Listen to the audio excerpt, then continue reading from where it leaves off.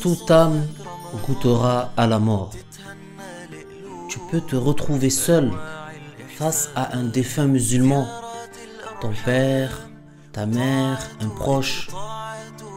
Réfléchis un instant, que vas-tu faire? Comment le laver? Comment le préparer pour sa dernière demeure, pour sa tombe?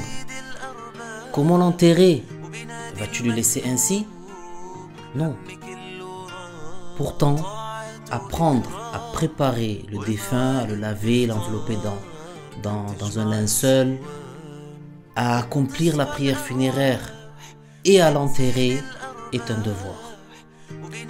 Ne manquez pas cet épisode de la quête du savoir dans lequel nous verrons l'importance de ces rites, non seulement pour le défunt, mais aussi pour ceux qui restent.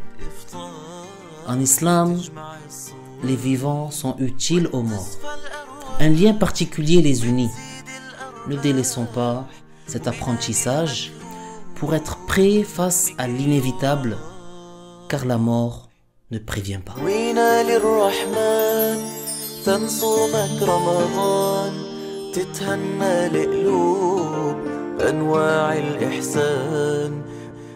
Assalamu alaikum. La mort est une porte que chacun de nous va franchir. La mort fait partie intégrante de notre existence. Chaque musulman doit apprendre à y faire face, même dans les rites funéraires. De nos jours, les préparatifs funéraires sont parfois négligés dans la communauté. Pourtant, apprendre à préparer le défunt, à le laver, l'envelopper, à accomplir la prière funéraire et à l'enterrer est un devoir. C'est le sujet d'aujourd'hui dans notre émission La quête du savoir, les préparatifs funéraires et la prière funéraire. Bismillah walhamdulillah wassalatu wassalamu ala rasulillah. Sachez d'abord que c'est une obligation d'ordre collectif pour toute personne responsable qui a connaissance du décès d'un musulman, même si c'est le décès d'un enfant qui est né vivant. Premièrement, de le laver, deuxièmement, de l'envelopper dans un linceul après le lavage, troisièmement, de faire la prière funéraire pour lui, et enfin, de l'enterrer. Une remarque, juste avant de continuer nos explications. Un enfant né vivant, c'est l'enfant dont la vie s'est manifestée par un cri ou un mouvement volontaire, par exemple. Citons maintenant un autre type de défunt. Il s'agit du mort-né. C'est un nouveau-né qui n'a pas donné signe de vie dans le cas où il présente la forme humaine. Alors dans ce cas-là, il faut le laver, l'envelopper dans un linceul et l'enterrer. Sinon, dans le cas où il ne présente pas de forme humaine, il est recommandé de l'envelopper dans un tissu et de l'enterrer. Mais on n'accomplit pas la prière funéraire dans le cas du mort-né. Maintenant, on va présenter une autre étape de ces préparatifs funéraires. Il s'agit du lavage. Le minimum du lavage du défunt est réalisé en éliminant les impuretés s'il y en a sur son corps, en répandant de l'eau pure et purificatrice une fois sur l'ensemble de son corps et sa pilosité, cheveux et poils, même si elle est dense. Le mieux est de laver 3 fois, à 3 reprises. La troisième étape est celle de l'enveloppement dans un linceul.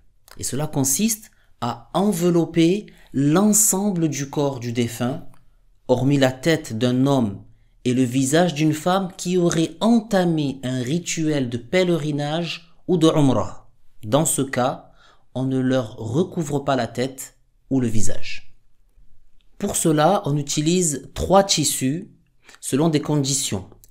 Si le défunt laisse des biens dépassant le montant de ses dettes ou s'il n'a pas de dette du tout, et s'il n'a pas exprimé sa volonté que l'on évite de l'envelopper dans 3 tissus.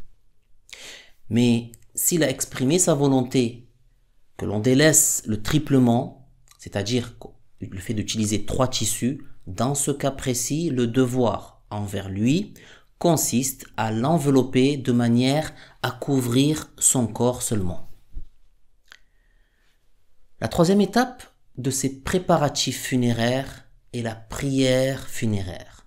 Salatul jinaza. Le minimum pour réaliser la prière funéraire en faveur du défunt, c'est d'avoir l'intention de prier en faveur du défunt en mentionnant le caractère obligatoire, tout en précisant que l'on accomplit la prière funéraire. Ensuite, on dit Allahu Akbar en se tenant debout, si on le peut. Puis on récite la Fatiha, qui est indispensable. Cependant, il est recommandé de la réciter après la première takbira.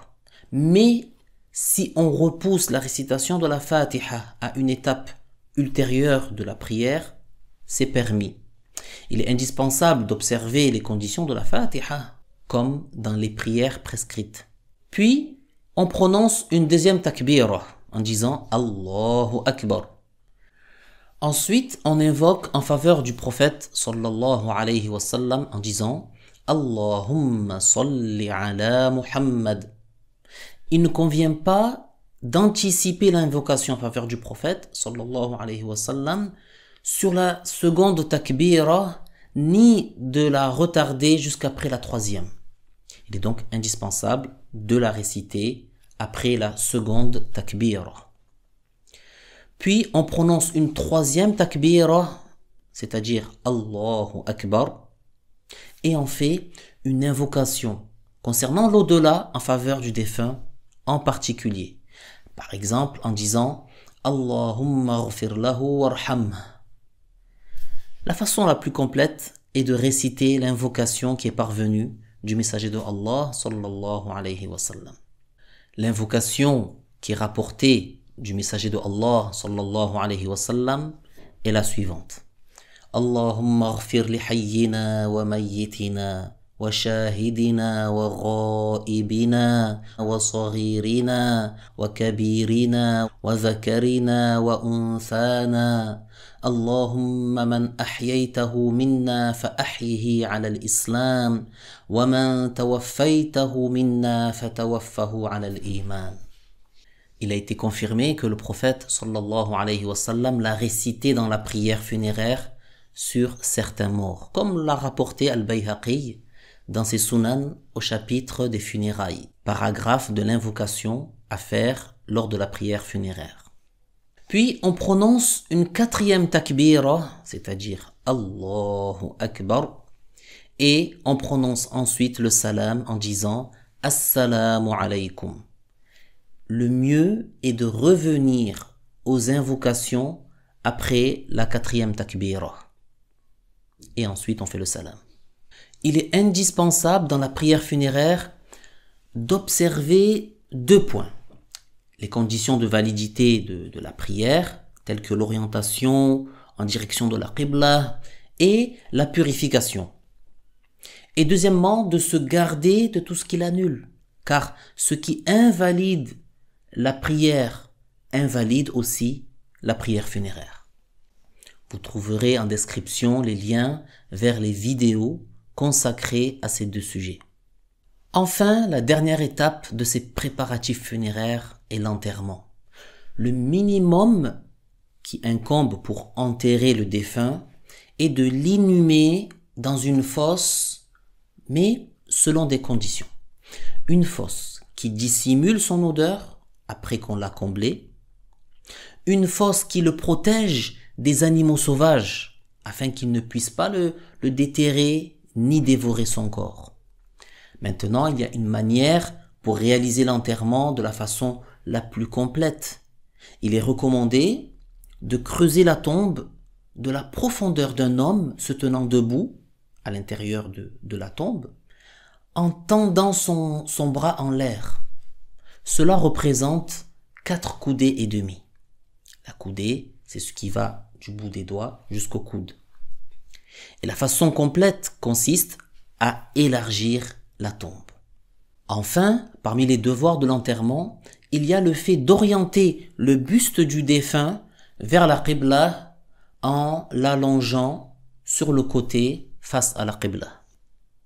Un point important sur lequel je souhaite mettre en garde, sachez qu'il n'est pas permis d'enterrer dans des caveaux. Ce sont des constructions dans lesquelles on place un mort sur un autre avant sa désintégration et qui ne protègent pas des odeurs. Pour conclure, on termine notre émission d'aujourd'hui en conseillant une chose. Il suffit comme rappel aux croyants de se rappeler la mort. Ce bas monde n'est qu'un lieu de passage. Nous sommes peu de choses et nous reviendrons à la terre.